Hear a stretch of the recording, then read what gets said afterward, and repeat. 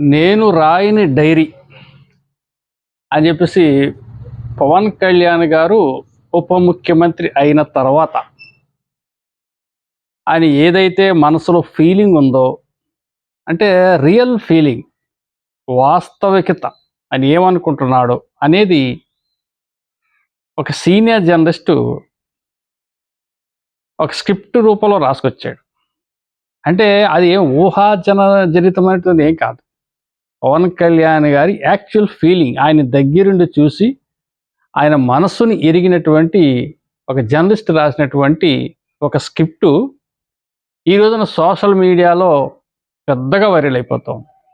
అదేంటంటే, ఇతను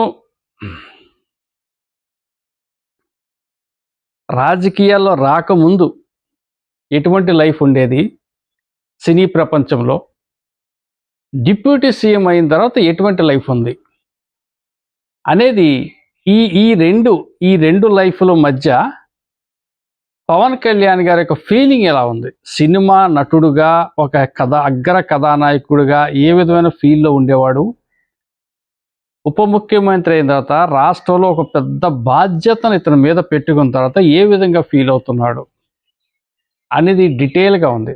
నాకు చాలా నచ్చింది.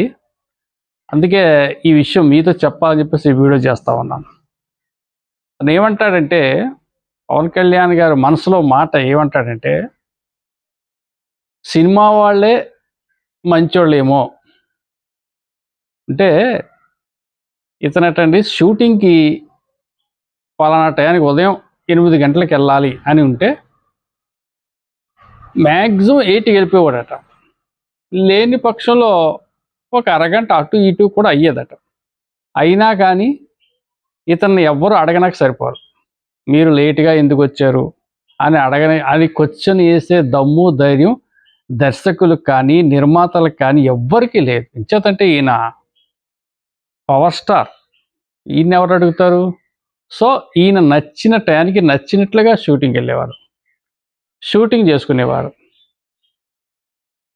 లంచ్ తర్వాత ఈయన కాస్త పడుకునే అలవాటు, శుభ్రంగా రెస్ట్ తీసుకునేవారు. ఆ రెస్ట్ తీసుకునే సమయంలో స్విచ్ ఆఫ్ చేసేవారు. ఎంచేతంటే అది ప్రైవేట్ లైఫ్, స్వేచ్ఛాయుతమైన జీవితం, అదే ప్రజా జీవితం కాదు. కొంపలు మునిగిపోయి ఫోన్లు వచ్చేస్తాయనే భయం ఏమీ లేదు. స్విచ్ ఆఫ్ చేసి శుభ్రంగా నిద్రపోయేవారు. ఆయన నిద్రపోతున్న సమయంలో ఉన్నట్టండి, ఆయన దరిదాపుల్లోకి ఎవరో వెళ్లకుండా డైరెక్టర్స్, ప్రొడ్యూసర్స్, సెక్యూరిటీస్ అందరూ కూడా జాగ్రత్తలు తీసుకునేవారట. అతన్ని విశ్రాంతికి ఎక్కడ భంగం కలగకుండా చూసుకునేవారట. మళ్ళీ ఆఫ్టర్నూన్ స్నాక్స్ తీసుకుని టీ తాగిన తర్వాత ఇతను చెయ్యాలంటే షూటింగ్ వెళ్ళేవాడు, లేదంటే శుభ్రంగా ఫామ్ హౌస్కి వచ్చేసి ఈయనకి ఇష్టమైన మొక్కలు ఏవైతే ఉన్నాయో, మామిడి మొక్కలు కావచ్చు, దానిమ్మ చెట్లు కావచ్చు, బత్తాయి కావచ్చు, ఏవైతే ఉన్నాయో ఆ మొక్కల దగ్గర సెద తీరుతూ, వాటికి పోషకాలు ఎలాగెళ్తున్నాయి, వాటికి ఏదైనా పిండి వేయాలా, ఎరువు వేయాలా, లేదంటే సేంద్రియ ఎరువు ఏదైనా వేయాలా, వర్మీ కంపోస్ట్ వేయాలి, ఇవన్నీ అక్కడ ఉన్న పనిచేసే వాళ్ళతో సరదాగా కాలక్షేపం చేస్తూ వాళ్ళ కష్ట సుఖాల్లో భాగం పంచుకుంటూ కాలక్షేపం చేసేవాడు. ఈలోగా ఆద్య కూతురు గుర్తొస్తే కూతురు దగ్గరికి వెళ్ళేవాడు, కూతురుతో కాసేపు సరదాగా టైం పాస్ చేసేవాడు, కొడుకుతో మాట్లాడుకునేవాడు. లేదు తల్లి దగ్గరికి వెళ్ళాలంటే తల్లి అంజనాదేవి గారు, లేదు అన్న చిరంజీవిని చూడాలంటే ఆయన షూటింగ్ హైదరాబాద్లో ఎక్కడ ఏ స్టూడియోలో ఉన్నాడో కనుక్కుని అక్కడికి వెళ్ళి షూటింగ్ కాడ కాసేపు కూర్చుని అన్నగారితో మంచి చెడ్డ మాట్లాడి కష్టం చెప్పుకునేవాడు, ఇంటికి వచ్చేవాడు. ఇదంతా స్వేచ్ఛగా వెళ్ళిపోయేదట ఆయనకి. ఇందులో ఎవరి కమాండు, ఎవరి డిమాండు ఏమీ లేదు. ఇతని ఇష్టానికి అనుగుణంగా, ఇతనికి ఇష్టం వచ్చినట్లుగా, హాయిగా, హ్యాపీగా లైఫ్ని సాదా సీదాగా ఈయన అనుకున్నది అనుకున్నట్టుగా చేసుకుంటూ వెళ్ళిపోయేవారు. కావలసిన ఫుడ్ తినేవారు, నచ్చిన బట్ట కట్టుకునేవారు, ఇష్టం వచ్చినట్టు ఆయన హ్యాపీగా పోయేవారట. అది ఇప్పుడు ప్రజా జీవితంలో వచ్చిన తర్వాత టోటల్గా లైఫ్ స్టైలే మారిపోయిందట. ఉదయాన్నే టెన్షన్గా లేగాలి, కాలకృత్యాలు అయిన తర్వాత టెన్షన్గా మంగళగిరి ఆఫీస్కి వచ్చేయాలి. ఎందువల్లంటే అక్కడ రావటం లేట్ అయితే అక్కడ సందర్శకులు ఇబ్బంది పడతారేమో, ఇతని కోసం చాలామంది వస్తారు. సందర్శకులతో పాటు వాళ్ళలో కామన్ మ్యాన్ ఉంటారు, జనసేన కార్యకర్తలు ఉంటారు, టీడీపీ కార్యకర్తలు ఉంటారు, భారతీయ జనతా పార్టీ కార్యకర్తలు ఉంటారు, ఎమ్మెల్యేలు ఉంటారు, ఐఏఎస్ ఆఫీసర్లు ఉంటారు, ఐపీఎస్ వాళ్ళు ఉంటారు. రకరకాల చిన్న నుంచి పెద్ద స్థాయి వ్యక్తులందరూ ఉంటారు. వాళ్ళందరినీ ఇబ్బంది పెట్టినోడు అవుతాడు. ఎందుకు సమయానికి ఒక పావుగంట ముందు పోతే బెటర్ అని చెప్పేసి ఆయన అనుకున్న సమయం కంటే ముందుగానే టెన్షన్గా అక్కడికి వచ్చి కూర్చోవటం. ఒక రోజు అనుకుంటాడట పాపం ఈయన, ఈ రోజు కాస్త ఒంట్లో నలతగా ఉంది, నీరసంగా ఉంది, 1 గంటకల్లా మనం ముగించేసుకుని ఇంటికి వెళ్ళిపోదాం అని చెప్పేసి వచ్చి ఆ ప్రజావాణిలో కూర్చుంటాడు.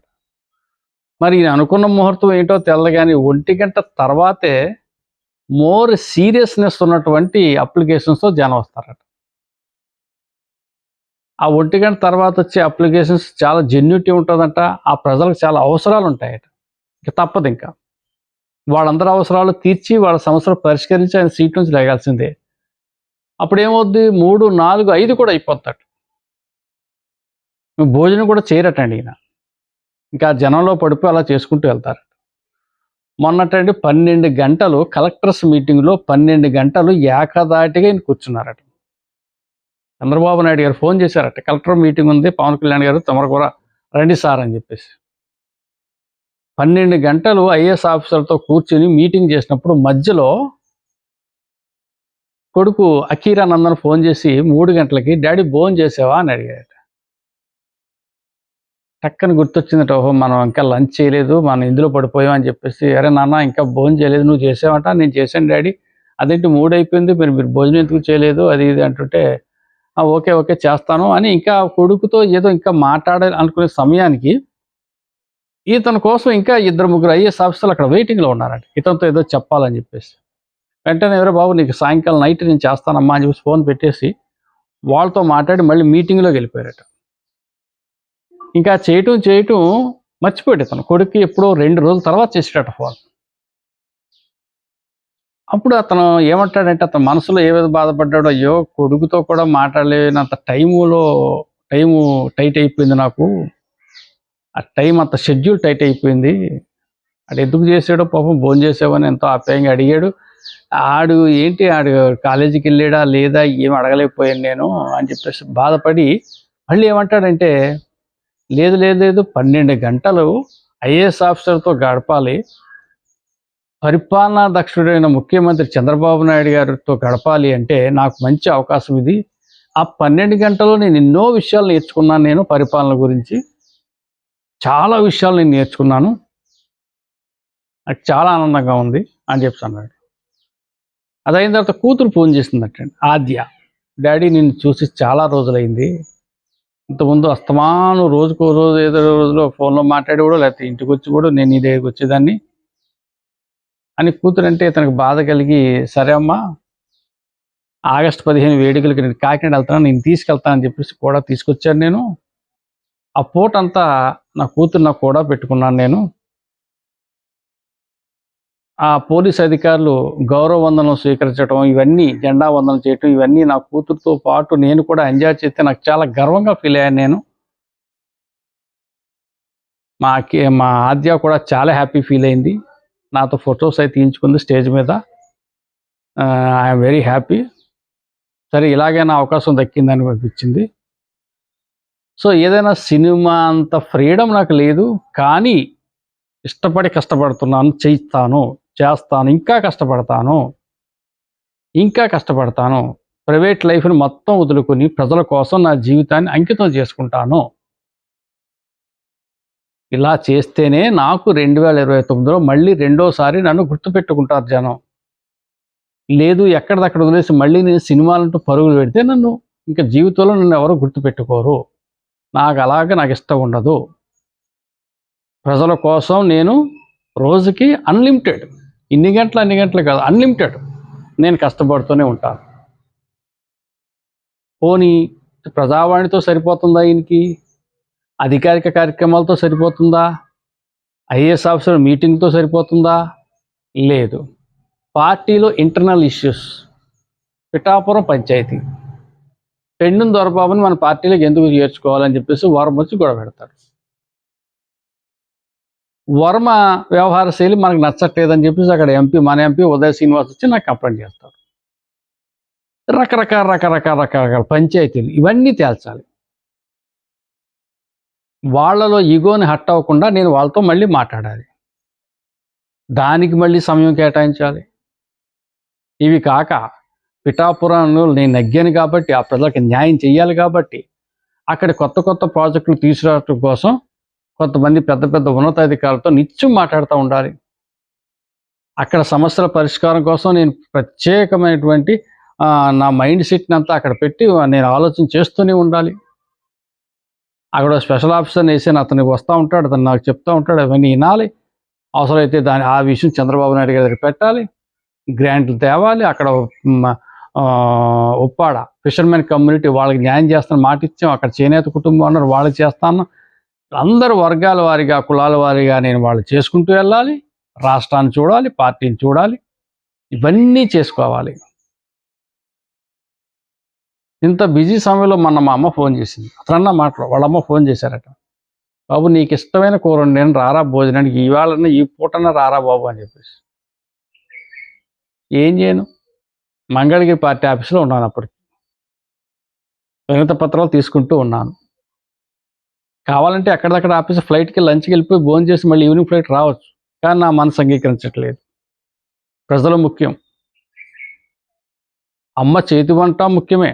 అమ్మతో మాట్లాడాలని ఉంది, అనేక విషయాలు అమ్మతో పంచుకోవాలని ఉంది. కానీ వెళ్ళలేని పరిస్థితి. అదే సినిమాకి వెళ్ళిపోదును, ఎక్కడక్కడ షూటింగ్ ఆపుకుని వెళ్ళిపోయి భోజనం చేసి శుభ్రంగా అమ్మతో సాయంకాలం దాకా అన్ని కబుర్లు చెప్పి వస్తా దారిలో అన్నయ్యని కలిసి ఇంటికి వద్దండి. మనోడు తీసుకుందాం షూటింగ్. కానీ ఇప్పుడు అవ్వదు కదా. ప్రజా జీవితం, ప్రజలు ముఖ్యం, ప్రజల సమస్యలు పరిష్కరించాలి అని ఇప్పుడు మా అమ్మ చెప్పాను. అమ్మ అప్పుడు కాదమ్మా, ఇంకోసారి వస్తానులే అని చెప్పాను. బాధగా ఉంది, కుటుంబం దూరం అవుతుంది, పిల్లలు దూరం అవుతున్నారు, మనసు నిండా బాధే. కానీ ఆనందంగా ఉంది, ఆనందంగా కూడా ఉంది. ప్రజా జీవితంలో ములిగాను, ప్రజలకి న్యాయం చేస్తున్నాను, ప్రజలకి సేవ చేస్తున్నాను, ప్రజలు నన్ను మెచ్చుకుంటున్నారు అని ఒక ఫీలింగ్ నాలో కలుగుతూ ఉంది.